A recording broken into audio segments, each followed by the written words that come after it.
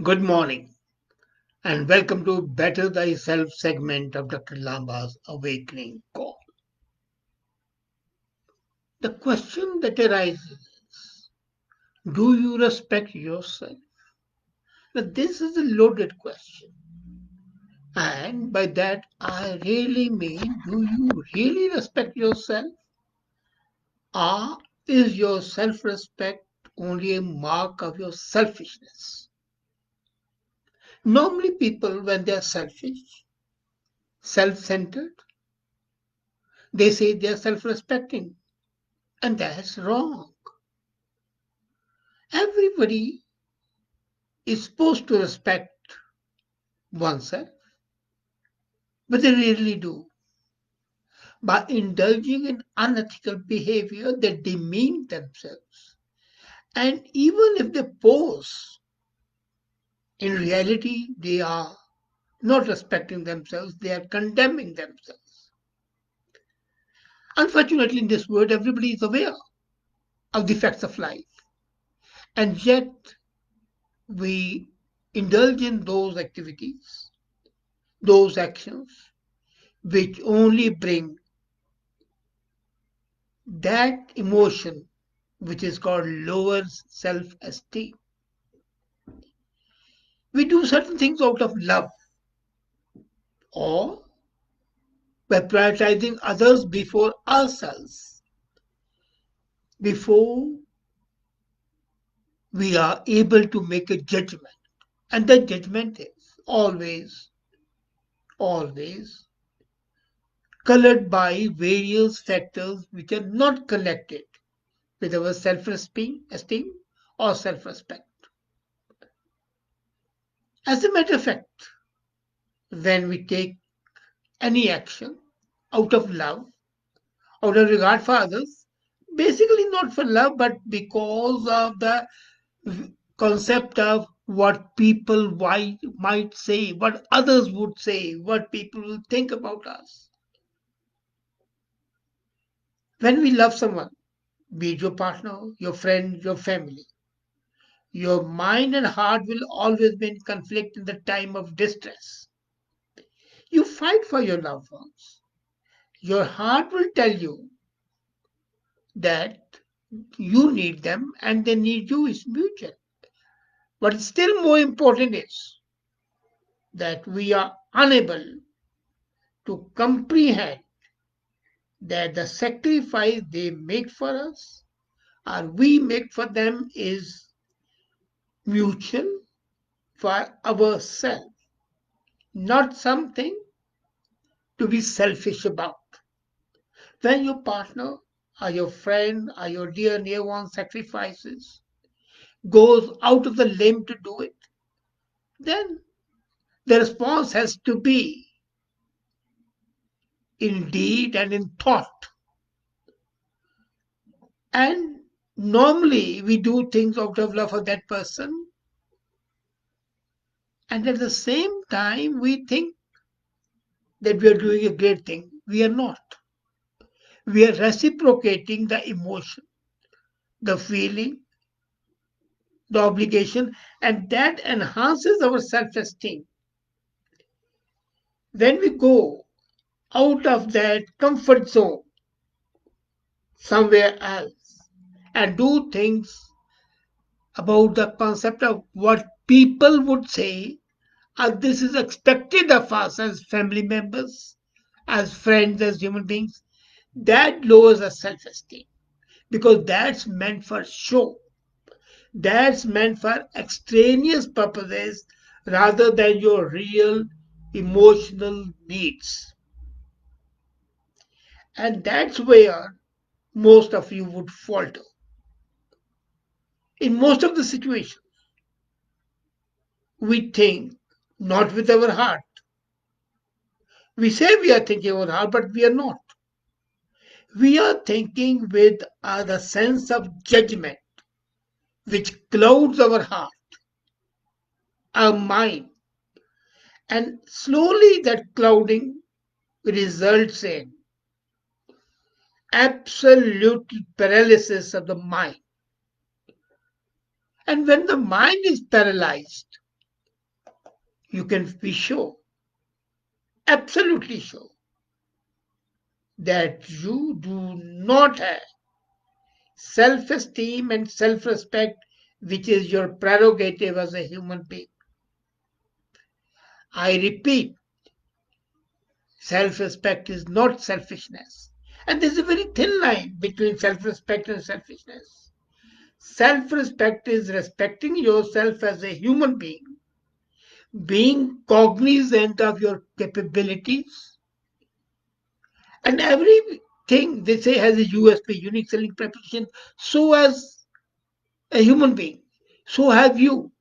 Unfortunately, you ignore that USP, do not exploit it, do not utilize it, and let other things of no value take over. Self respect is something which protects your integrity. Self respect is something that protects your mental health. And that is more than anything else or anyone else. When you have selfish interest, then you want to take revenge no matter what or who you lose in the process. When is your self interest involved, you would even lose your self respect because your judgment is clouded with a burst of temporary emotion. But self respect is an ingrained trait that is not clouded by emotion. The only thing is, I, as the perfect Homo sapien, am cognizant of my capabilities and I'm proud of them. And I will not allow anybody to play ducks and tricks with it. In a relationship, normally we say that you sacrifice everything for love. Yes. But what's much more important is, how can you sacrifice everything if you don't love yourself? This is a paradigm that people misunderstand. I was today thinking, and I put it in my idea of the day. People talk of monogamy, bigamy, polygamy. Has anybody ever talked of sologamy? Love yourself, hug yourself. And when you hug yourself, you'll be able to hug others. If the lamp is not kindled, can it give light? A matchstick has to burn itself and then it can give light, give spark, or kindle other candles. So that self respect comes when you're kindling yourself. And normally we fail. We assume a false sense of humility and pose, which we are really not. And if you don't respect yourself, be sure nobody is going to respect you. Why should anybody do it if you don't respect yourself? And then there's another thing. You have to learn when to let go. If somebody is destroying your mental and emotional health over and over again, if somebody is sponging you, if somebody is being a parasite, and you still go back to that person just because you had a special bond sometime back, you had a familial obligation, your past compels you, then you would lose yourself in the process. And that person will still not come back to you. So the point is, you have to let go. Standing water stagnates. So is about with the relations. The bonding has to be at its various levels: mental, psychological, and it has to be meeting of the mind. When there's a meeting of the mind, then the self-respect automatically is generated. You've got to realize that some people that come in your life are going to be part of your life. Others will come in your life, come in and go as actors. The word is a stage Shakespeare, and he's right. And we as actors play our parts. And when we are playing our part as an actor, we have to ensure that our respect is not compromised in any way. In some days you will be happy, some days you'll be cheerful, some days you'll be gloomy and sad. That is life. But you cannot give up in your dark days. The pain, the agony has to be converted into ecstasy of self love. Yesterday only I was talking to some friends and they said, "You are in pain." I said, "Yes, I am. But it's my pain. I don't hate it. It's a part of my. I want to get over that. But that doesn't mean that start, indulging in self-pity.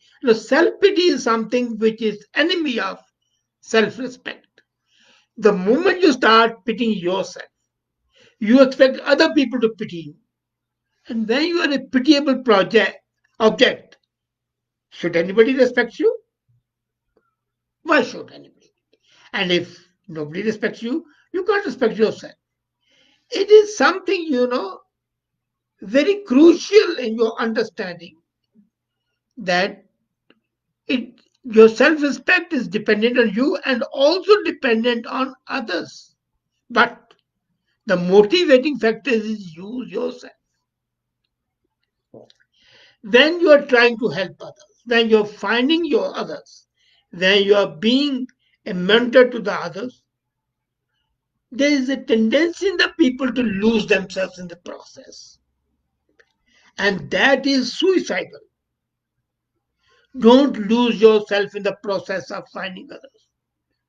The right people will come to you sooner or later, and they will never question your self worth or self respect. If there's a problem, if there's an issue, hang on. And I assure you, it will get better soon. It always does.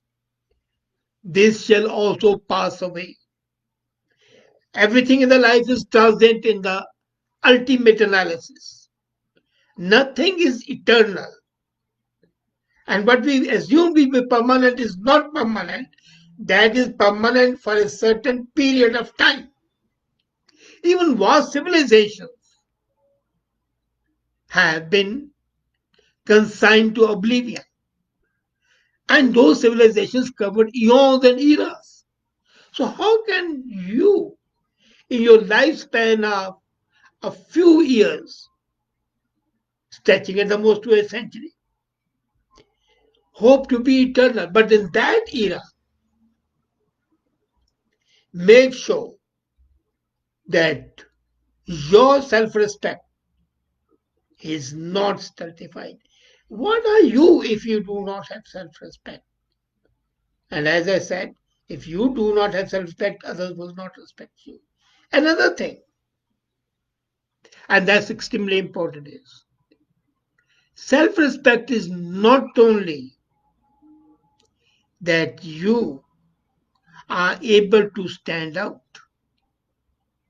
it is to make you what you ought to be, a Homo sapien.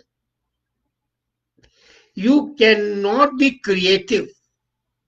You cannot be impactful. You cannot be influencer if you do not have self-respect. Once I was saying that if you don't blow your own trumpet, who else is going to blow it for you? Nobody else. So you have to start doing it by respecting yourself, and then others would automatically respect you. It's a catalyst. Your self-respect is a catalyst for making others respect you and hear you. You start demeaning yourself and very soon you will become a doormat. So the question is, do you have self respect? This is the basic question that you've got to ask yourself every time you act. Is this act going to in any way diminish my self respect? Because if it diminishes your self respect, it will decrease, and maybe even obliterate your social respect. So, most important is start with the concept what I'm going to do, how is it going to impact me, my thoughts, my feelings, my emotions, my relationship, especially with myself. I'm the creator, I'm the preserver of my self, my life, my integrity, the most important part, my authenticity. Does it in any way impact that? And if it does not, rather add to it, then you are successful. So every time you want to do something, ask a question. Is this going to add to my self esteem? Is it going to bolster it? Or is it going to negate the concept of me being a human being with capital H? Think about it. Thank you.